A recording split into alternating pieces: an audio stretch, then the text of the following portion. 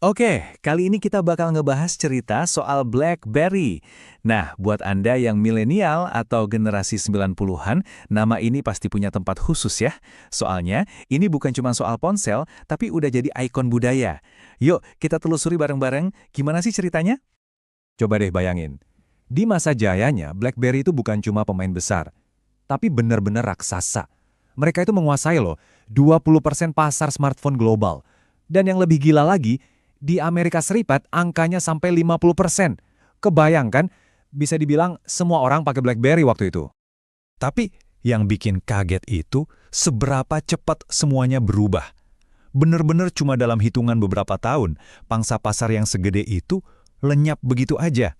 Anjlok sampai, ya bisa dibilang 0%. Nah, ini kan jadi pertanyaan besar ya.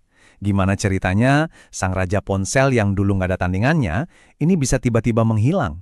Kok bisa jatuhnya sedalam dan secepat itu? Oke, sekarang kita akan bedah ceritanya satu persatu. Oke, untuk bisa ngerti kenapa mereka bisa jatuh, kita harus lihat dulu gimana mereka bisa naik setinggi itu.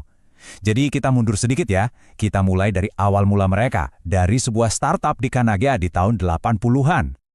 Jadi perusahaan ini tuh awalnya namanya bukan BlackBerry, tapi Research in Motion, atau disingkat RIM. Fokus awal mereka itu di teknologi jaringan nirkabel, sampai akhirnya mereka meluncurkan sesuatu yang benar-benar mengubah permainan, pager dua arah pertama. Ini revolusioner banget pada masanya. Dan ini nih senjata rahasia mereka. Jadi, pendirinya, Mike Lazaridis, itu pinter banget. Dia sadar kalau jaringan internet zaman dulu itu kan lemot ya, bandwidth-nya terbatas. Nah, dia bikin sistem yang super efisien buat ngirim data. Jadi pas perangkat lain macet-macet, BlackBerry ini lancar jaya. Inilah yang bikin mereka beda. Tapi, kehebatan mereka itu bukan cuma soal teknologi loh. Ada satu lagi kuncinya, cara mereka memasarkan produk. Mereka punya strategi yang, cerdas banget dan super efektif. Jadi, daripada pasang iklan mahal-mahal, mereka melakukan sesuatu yang jenius. Mereka datang ke konferensi-konferensi bisnis, cari para profesional yang paling berpengaruh, terus mereka kasih BlackBerry gratis buat dicoba sebulan.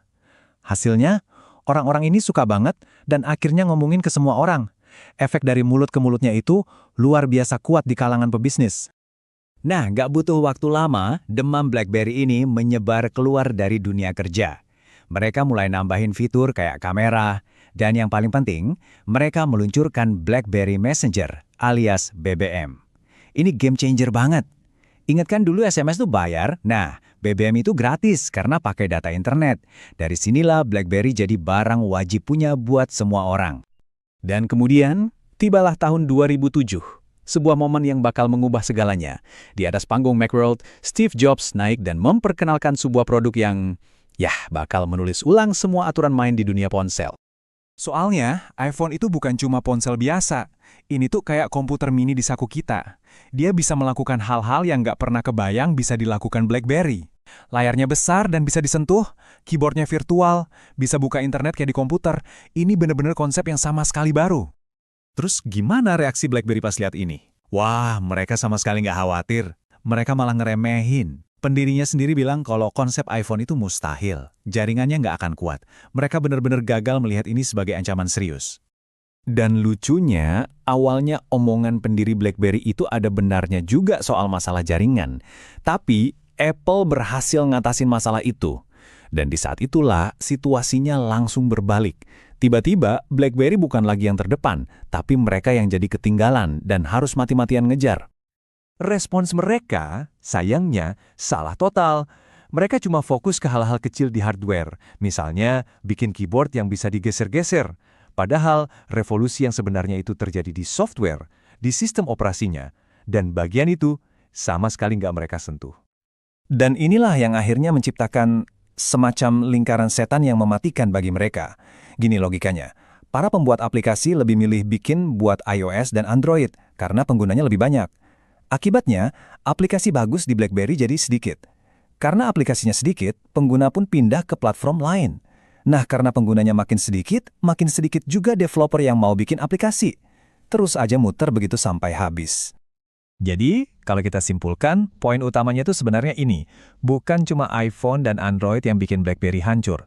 Pada akhirnya, kehancuran mereka itu datang dari dalam, dari kesalahan mereka sendiri. Kalau kita lihat lagi, ada beberapa kesalahan fatal yang mereka buat.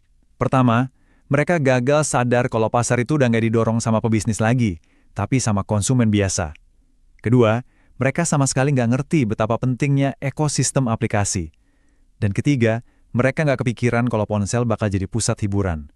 Mereka terlalu keras kepala dengan keyboard fisiknya, padahal dunia udah beralih ke layar sentuh. Dan kutipan dari salah satu CEO-nya ini benar-benar menggambarkan pola pikir mereka saat itu. Dia bilang, mungkin iPhone punya 300.000 aplikasi, tapi satu-satunya aplikasi yang kamu butuhin itu cuma browser. Ini menunjukkan betapa sombongnya mereka dan betapa mereka nggak bisa melihat masa depan, bahkan saat perusahaan mereka sudah di ujung tanduk. Intinya, BlackBerry itu berhenti jadi inovator dan malah jadi pengekor. Mereka berubah dari perusahaan yang dikejar semua orang jadi perusahaan yang berusaha ngejar ketertinggalan. Dan di dunia teknologi, ada aturan tak tertulis. Sekali kamu ada di posisi mengejar, itu artinya kamu sudah kalah. Kisah BlackBerry ini jadi pelajaran yang mahal banget ya, tentang betapa bahayanya merasa terlalu nyaman dan puas diri saat berada di puncak. Dan ini ninggalin kita dengan satu pertanyaan penting untuk direnungkan. Kalau kita lihat dunia teknologi sekarang yang geraknya super cepat, kira-kira perusahaan raksasa mana ya yang beresiko jadi the next BlackBerry?